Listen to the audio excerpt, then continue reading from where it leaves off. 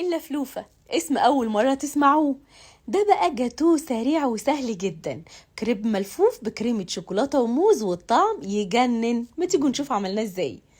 في الخلاط كوبايتين كبار من الحليب، هنحط عليهم بيضتين كبار، هنحط كمان ربع كوباية كاكاو خام وربع كوباية زيت، معلقة صغيرة من الفانيليا وكوبايتين من الدقيق، وكمان معلقة من الخل ومعلقة صغيرة من البيكنج باودر، معلقة كبيرة من السكر ورشة ملح.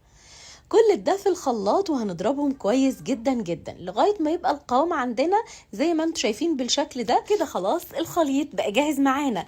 تعالوا بينا بقى، عندنا مكنة سوكاني بتاعة الكريب تحفة، هنحطها في الفيشة ونخليها على أعلى درجة حرارة.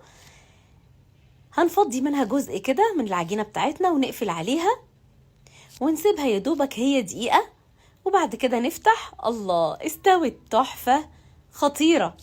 احطها في طبق واكمل نفس الطريقة، شوية صغيرين من الخليط ونقفل كده فهو بيتوزع تمام بالشكل ده. هايل، يا دوبك دقيقة وبيبقى جاهز معانا زي ما انتم شايفين كده، تحفة جدا جدا. هنخلص كل الكمية طبعا، نحطهم فوق بعض علشان يطروا اكتر. وتعالوا هنا نجهز الكريمة، والكريمة عبارة عن كريم شانتيه ومعاه لبن متلج، بنضربهم كويس قوي قوي. وبقى لما خد القوام الحلو ده بضيف له معلقتين كبار من الشوكولاتة قبل للدهن، وقلبهم مع بعض تاني بالمضرب علشان يبقى عندنا كريمة شوكولاتة غنية ولذيذة. ناخد بقى كريباية من اللي احنا عملناها ونبدأ ان احنا نوزع الكريم عليها كده. عايزة اقول لكم ان مكنة سوكاني بجد تحفة، وخلتني خلصت بسرعة ومطلع لي نتيجة 10/10.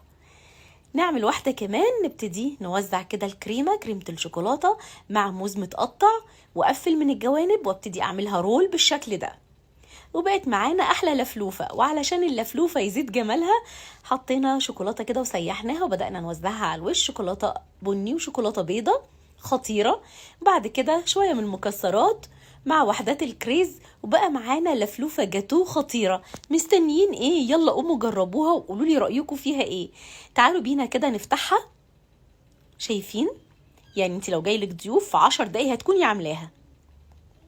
شايفين الجمال من جوه بقى؟ يا خبر ابيض، ولا الطعم بجد بجد حكايه. صدقوني كل اللي دقها اعجب بيها جدا. احلى من احلى جاتوه، سهل ولذيذ وبسيط وبيتعمل بسرعه وغني، وطعمه بجد في منتهى الجمال.